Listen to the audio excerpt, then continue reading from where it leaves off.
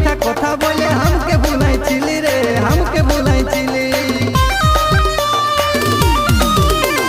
সঞ্জিত বলে তুই বেবফা হয়ে গেলি